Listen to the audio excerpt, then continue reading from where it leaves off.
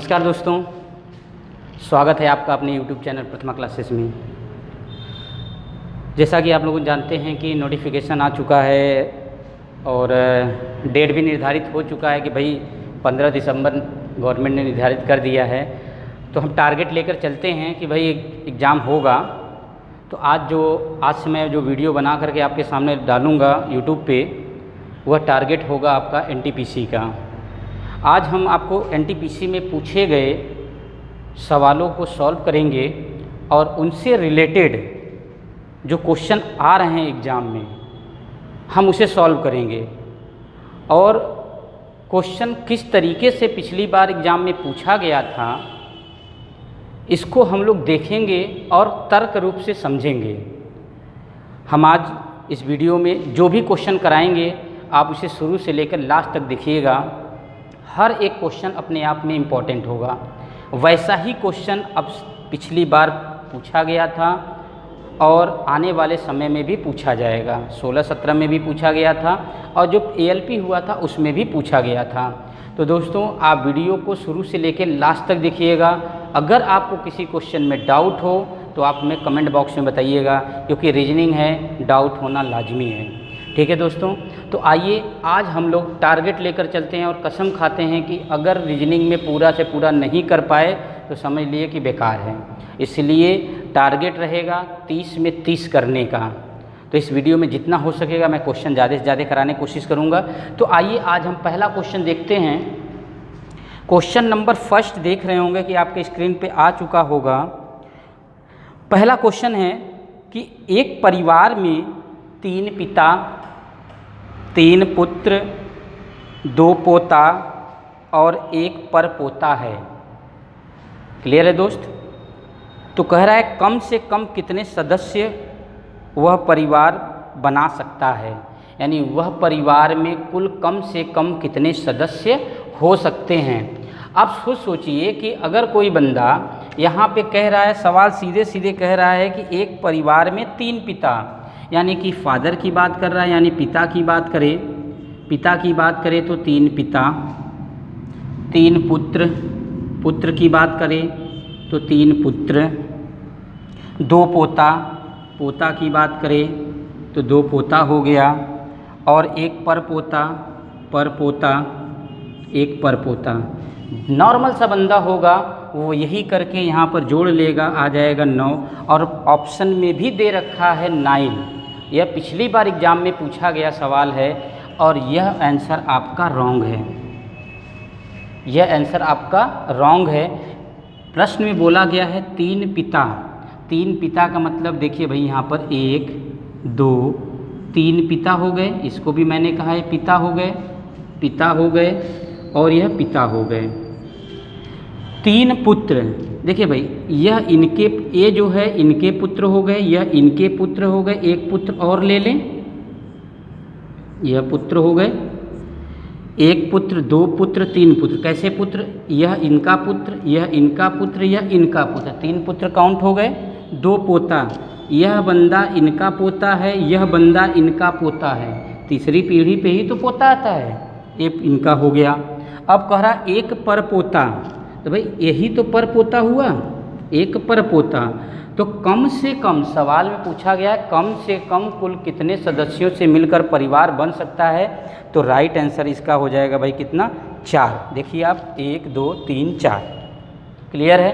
कोई डाउट नहीं होना चाहिए, एकदम आपके आंसर क्लियर होना चाहिए। ऐसे ही उलूल जुलूल सवाल आपके एग्ज़ाम में पूछे जा रहे हैं। इसलिए मैं यही कहूँगा, क्वेश्चन को आप समझिएगा, अच्छे से समझ के जवाब दीजिए। कोई जल्दीबाजी नहीं है एग्ज़ाम में। अभी हमारे पास इतना समय है कि हम अच्छे से तैयारी कर सकते हैं। क्वेश्चन नंबर 2 देखिए, यह भी एक क्वेश्चन बहुत ही अच्छा है। कह रहा एक परिवार में 5 विवाहित जोड़े हैं तथा प्रत्येक के 5-5 बच्चे हैं।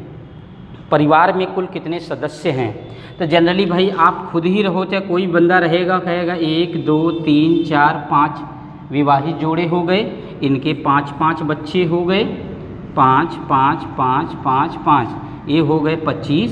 2 2 4 2 6 2 8 2 10 प्लस 10, आप मार के चल गए 35। आ गया आपका आंसर। लेकिन यहाँ पे यह भी आंसर आपका गलत है। यह भी आंसर आपका गलत है, यह पिछली बार आया हुआ सवाल है, यह आंसर इसका गलत है। इन्होंने कहा कि 5 विवाहित जोड़े हैं। भाई यह जो पांचों हैं कहीं से अवतार तो लिए नहीं होंगे, इनका एक पेरेंट होगा, तो आप पहले इनका पेरेंट्स बनाइए, पेरेंट बनाइए ए, इनके 4 बच्चे, ए हो गए 4 ए और एक विवाहित जोड़ा ए, कुल 5 विवाहित जोड़े हुए, इनके 5 बच्चे, 5 5 5 5, ये हो गए 20 और ये 5 मिलाकर कितना 10, टोटल कितना आ जाएगा 30 इज़ द राइट आंसर होगा।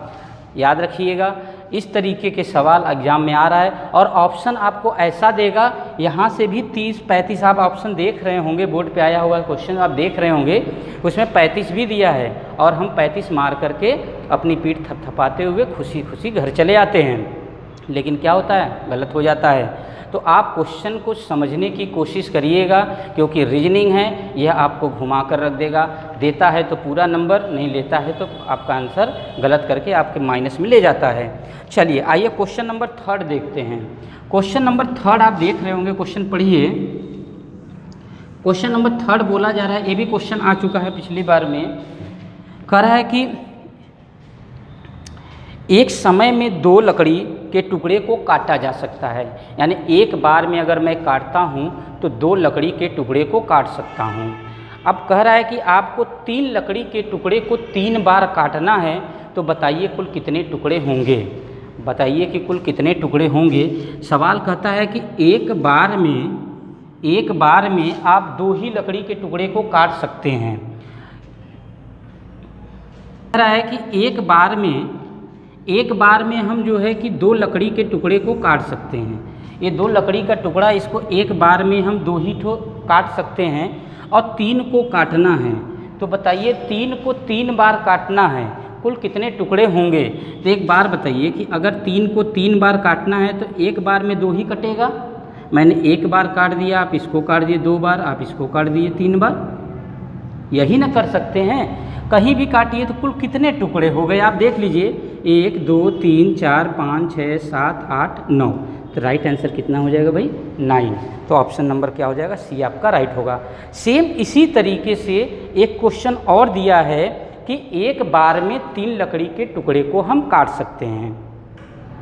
4 लकड़ी के टुकड़े को 4 बार काटना है, तो कुल कितनी बार कटिंग होगी, यानी कुल कितनी बार कितने टुकड़े होंगे, सवाल यही है। तो फिर से वही सवाल दोहराया गया, एक बार में हम 3 को काट सकते हैं, एक बार में 3 काट दिया। फिर कह रहा है कि 4 को 4 बार काटिए, तो 1 बार 2 बार 3 बार 4 बार काट दिए। भाई 3 न काट सकते हैं तो 3 काट दिए, 1 2 3 4 5 6 7 8 9 10 11 12 13 14 15 16, कुल कितने टुकड़े हो गए भाई 16।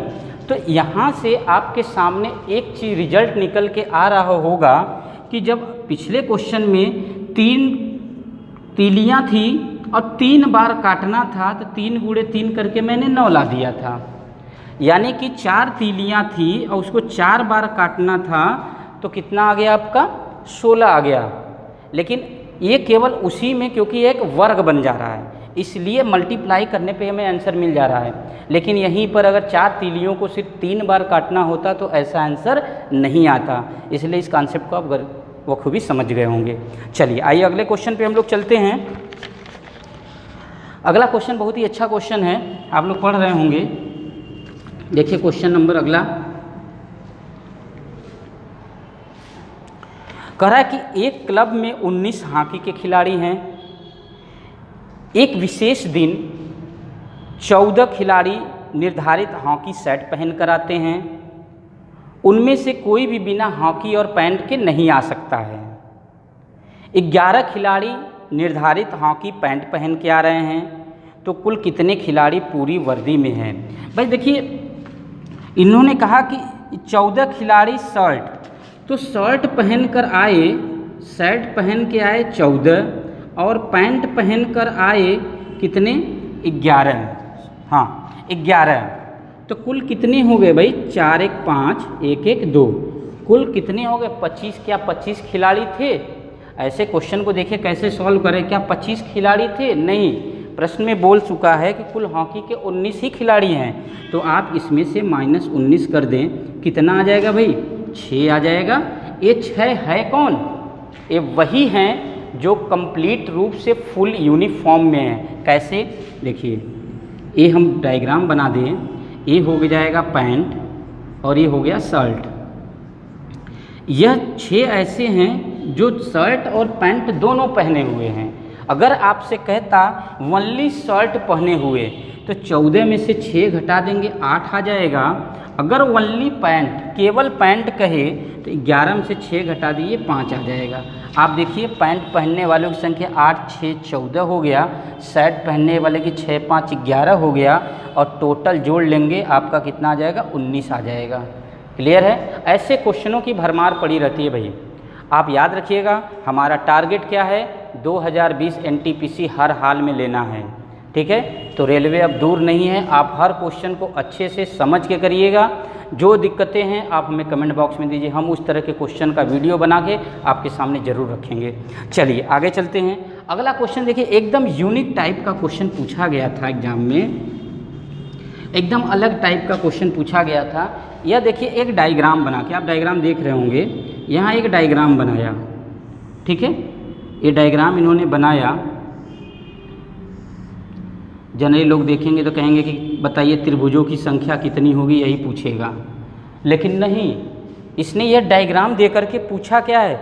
निम्न आकृति में से कम कितने का रंगों का प्रयोग किया जा सकता है कि 2 सतहें एक साथ रंग के न हो, यानी 2 सतहें एक ही रंग के न हो। इसमें ऐसे कुल कितने हम रंगों का प्रयोग कर सकते हैं? कम से कम, अधिक से अधिक नहीं पूछेगा। अधिक से अधिक कहता तो जितने खाना बने सब में अलग अलग रंग भर देंगे, लेकिन सवाल में कह रहा है कि इसमें हम कम से कम कितने रंगों का प्रयोग करें कि 2 रंग एक साथ ना आए, सॉरी एक ही रंग 2 सतह पर एक साथ ना आए।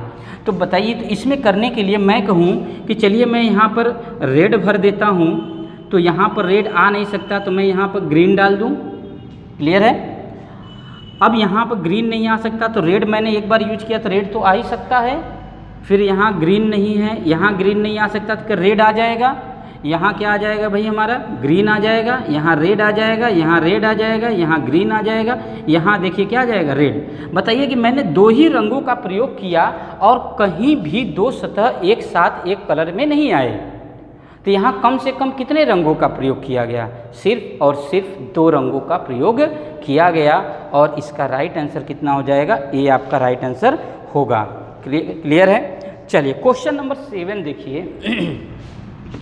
क्वेश्चन नंबर 7 देखिएगा। क्वेश्चन नंबर 7 बहुत ही अच्छा क्वेश्चन है।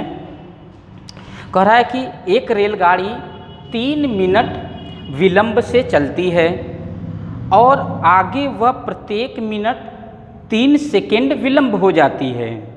बताइए कि यह ट्रेन कितने मिनटों के बाद पूरा 1 घंटा विलंब होगी।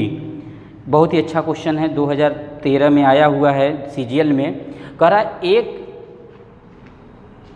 एक रेलगाड़ी 3 मिनट विलंब से है, तो 3 मिनट तो ऑलरेडी विलंब से है, और वो कह रहा है 1 घंटे विलंब होने में, 1 घंटे विलंब होने में कितना समय लगेगा?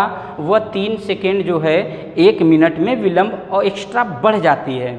तो हमें क्वेश्चन में बोला गया 3 मिनट पहले से विलंब में है, तो 60 में से -3 कर दिया जाए तो 57 मिनट को विलंब होना है। 57 मिनट को विलंब होना है। तो बताइए कि 57 मिनट में कुल कितने सेकेंड हो जाएंगे? 57 × 60 सेकेंड, इतना सेकेंड हो जाएगा कुल। इतना सेकेंड अगर विलंब हो जाता है तो वह 1 घंटा पूरा विलंब हो जाएगा। लेकिन प्रश्न में कहता है कि 3 सेकेंड विलंब होने में 1 मिनट का समय लगता है। देखिए, तो एक एक नियम क्या कहता है कि 3 सेकेंड में 3 सेकेंड विलंब होता है, कितना विलंब होता है? 3 सेकेंड विलंब होता है 60 सेकेंड, 1 मिनट मतलब 60 सेकेंड। तो 1 सेकेंड विलंब होगा कितने में? 60 बट्टे कितना? 3। तो विलंब करना कितना है आपको? 1 घंटा में नहीं, 1 घंटा तो करना है, 3 मिनट तो पहले से था और 57 ये ले लिया, 57 इंटू 60 सेकेंड। तो यहाँ से हमारा आ जाएगा 57 इंटू 60 सेकेंड विलम्ब होने में। तो यहाँ से क्या आ जाएगा 57 इंटू 60 इंटू कितना हो जाएगा 60/3। ये देखिए भाई सेकेंड में है, लेकिन हमारा आंसर जो है वो मिनट में दिया है। तो इस सेकेंड को अगर मैं 60 से डिवाइड कर दूं तो यह मिनट में बदल जाएगा। तो यहाँ से ये 60 से ये 60 कैंसिल हो जाएगा, इससे काट देंगे कितनी है 20 बार में।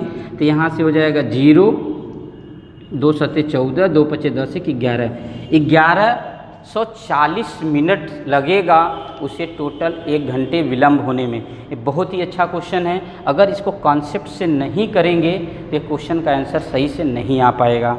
क्लियर है दोस्त? चलिए आगे चलते हैं। क्वेश्चन नंबर 11 देखिए, सॉरी क्वेश्चन नंबर 8 देखिए। क्वेश्चन नंबर 8,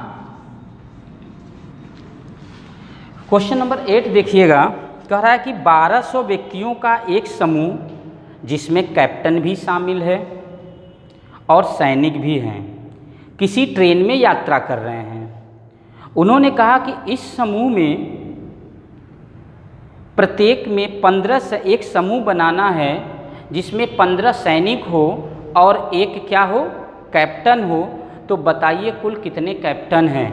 तो भाई 1200 व्यक्तियों में जनरली लोग क्या करते हैं कि 1200 को 15 से भाग देते हैं, जो कि गलत है, क्योंकि यहाँ पर कहेंगे टोटल इतना है, 15 सैनिकों से भाग दे देंगे हमें निकल जाए, लेकिन यह रॉन्ग है, टोटली रॉन्ग है। यहाँ पे मैं बता दूँ कि जो ग्रुप बन रहा है, यह ग्रुप बन रहा है तो इसमें 15 सोल्जर हैं और एक कैप्टन है, तो कुल मिला के 16 व्यक्ति हो गए। तो आपको करना क्या है, 1200 में आपको 16 से डिवाइड करना है। आपका राइट आंसर आ जाएगा, कितना आ जाएगा 16 से डिवाइड करने पे भाई 75। आपका राइट आंसर आ जाएगा यहाँ से 75, यही आपका राइट आंसर होगा। जनरली आप यहाँ से डिवाइड करेंगे आपका 80 आ जाएगा और 80 आप मार करके आगे बढ़ जाएंगे, जो कि हमारा आंसर गलत हो जाता है। क्लियर है दोस्तों? चलिए आगे चलते हैं। यह जितने क्वेश्चन मैं करा रहा हूँ ये सारे के सारे एग्जाम में पूछे गए हैं। जो अभी मैंने क्वेश्चन कराया ये क्वेश्चन आप देख रहे होंगे कि UPSI, RRB, ASM इन सब में पूछा गया है। अगला क्वेश्चन देखिए, कह रहा है कि एक चिड़ियाघर में कबूतर और भालू हैं। गणना करने पर उनमें 40 सिर हैं और उनके टांगों की संख्या 100 है।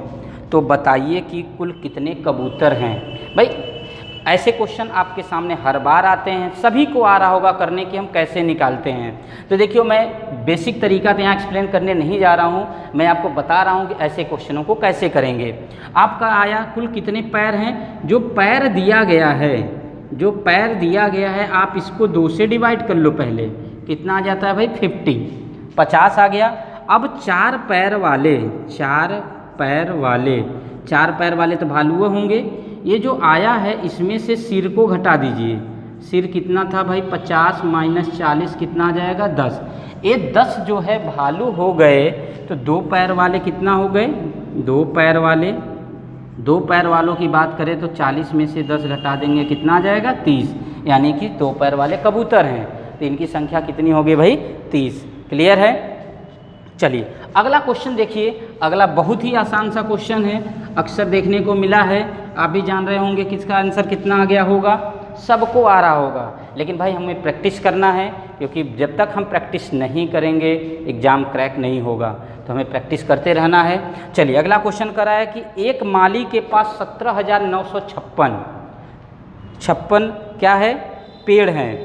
पेड़ों की इतनी ही पंक्तियां हैं जितनी एक पंक्ति में पेड़ हैं। इन्होंने कहा है कि एक पंक्ति में, जैसे कि उन्होंने एक पंक्ति बनाया, 1 2 3 4 5 पेड़ लगाया, तो ऐसे ही 5 पंक्तियां भी वो बोल रहे हैं कि है।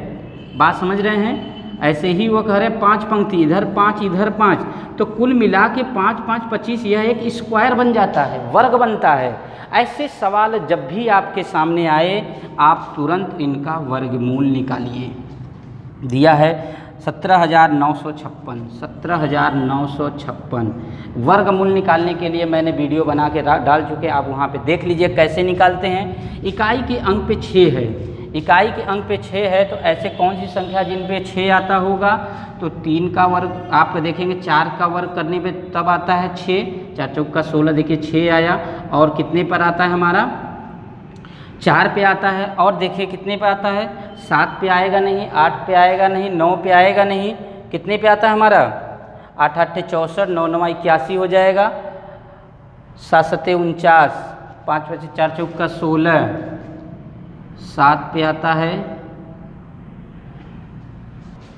चले भाई देखिए 4 पे आता है और 6 पे आता है, 6 6 के कितना हो जाएगा? 6 का स्क्वायर करेंगे 36।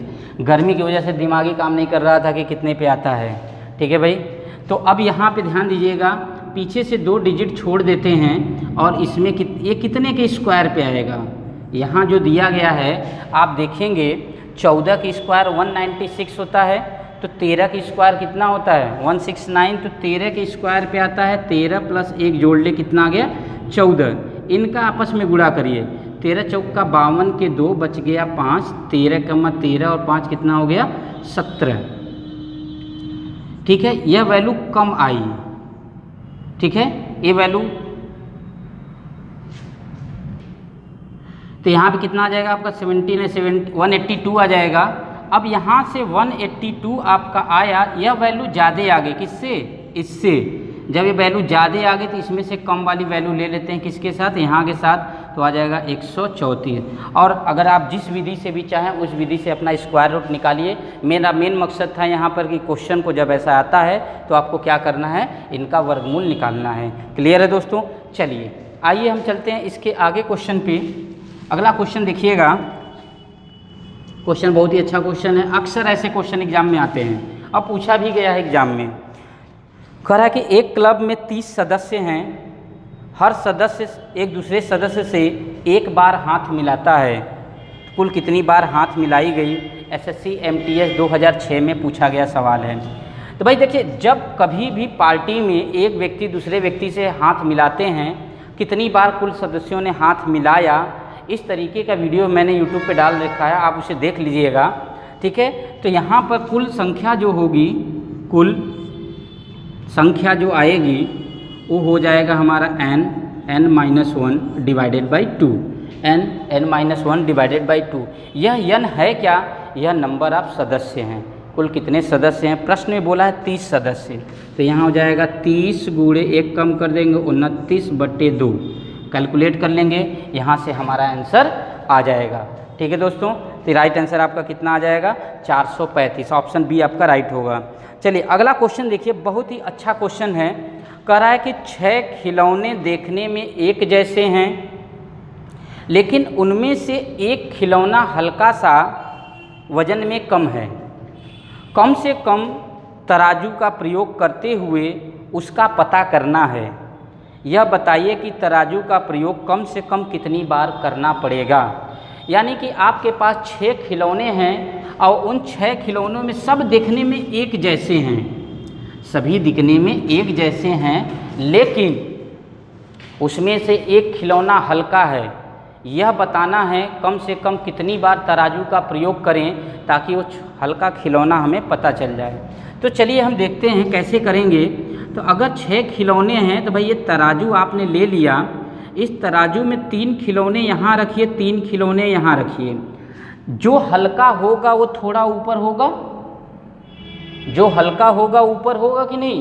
अगर तीनों आइडेंटिकल एक ही जैसे होते तो एकदम होंगे एक ही लेवल पे होंगे, लेकिन जो हल्का होगा वो थोड़ा सा ऊपर होगा। मान लीजिए हल्का इसमें है और ये तीनों एक जैसे हैं। अब इस 3 को ले करके फिर मैं अगले बार तराजू का प्रयोग किया, एक यहाँ ले लिया, एक यहाँ ले लिया, एक बाहर रख दिया, इसमें एक रख दिया, एक इसमें रख दिया, एक इसमें रख दिया। अब इन दोनों को उठाकर जब मैं तौला, अगर तीनों एक बराबर पे आ गया तो ए वाला हल्का हो गया। अगर एक तीनों में से दोनों में से कोई एक ऊपर चला गया तो वो हल्का हो गया। यानी कुल मिला के हमें पता लगाने के लिए सिर्फ और सिर्फ 2 बार तराजू का प्रयोग करना पड़ेगा। क्लियर है? तो ऐसे क्वेश्चन आपके एग्जाम में आते रहते हैं, तो राइट आंसर बी हो जाएगा। सिर्फ और सिर्फ 2 बार हम तराजू का प्रयोग करेंगे। क्लियर है? चलिए आगे चलते हैं। अगला क्वेश्चन कह रहा है यदि 3 क्रमिक संख्याओं का योग 15 है। भाई देखिए यह भी एग्जाम 2003 में आरआरबी में पूछा गया है तो बड़ी आसान सवाल। कह रहा है 3 क्रमिक अंकों का योग 15 है तो बीच के अंक का वर्ग बताइए। सबको पता है, सब कर चुके होंगे अब तक, आप क्वेश्चन देख लिए हैं तो क्वेश्चन का आंसर आपके सामने आ चुका होगा। तो यहाँ पर कह रहा है कि 3 क्रमिक संख्याओं का योग 15 है।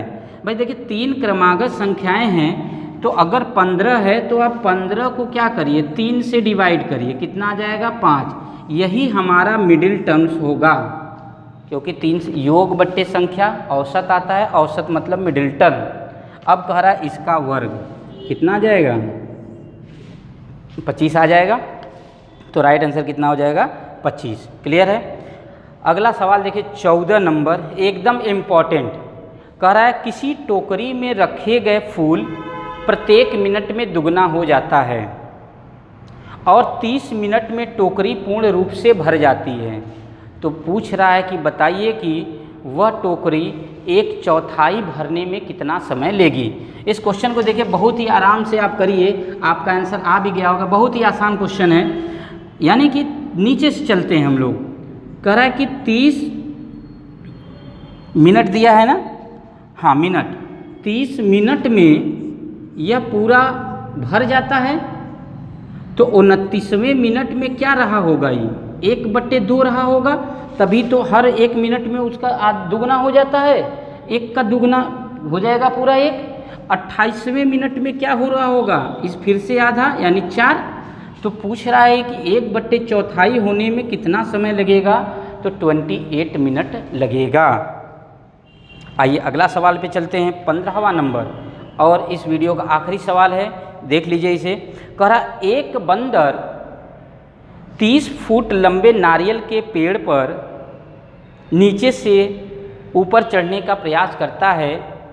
हर एक प्रयास में वह 3 फीट ऊपर जाता है, ठीक है, और 2 फीट नीचे सरक आता है। इस प्रकार वह बंदर कितने प्रयासों में पेड़ के शिखर पर पहुंच जाएगा। यह SSC में 2006 में पूछा गया है। सवाल बहुत ही अच्छा है, अब सवाल को समझिएगा।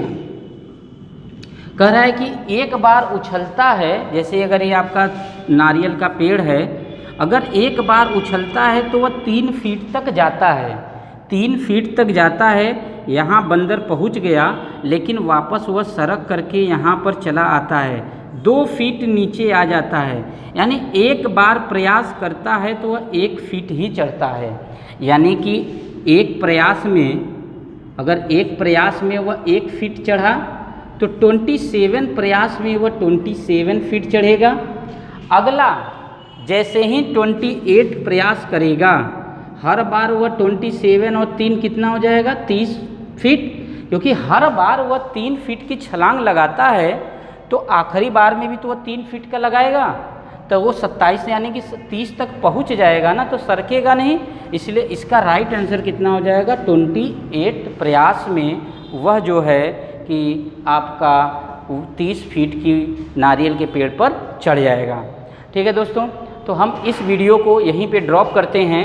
इसका अगला पार्ट जो है फिर हम अगले वीडियो में बनाएंगे। इस पे कुछ और भी क्वेश्चन हमने बना रखा है और वो भी बहुत ही इंटरेस्टिंग क्वेश्चन है, इसलिए आप वीडियो को पूरा देखिए, लाइक करिए, शेयर करिए और अपने फ्रेंड सर्किल को बताइए, क्योंकि उनका भी भविष्य सुधर सके। जय हिंद, जय भारत।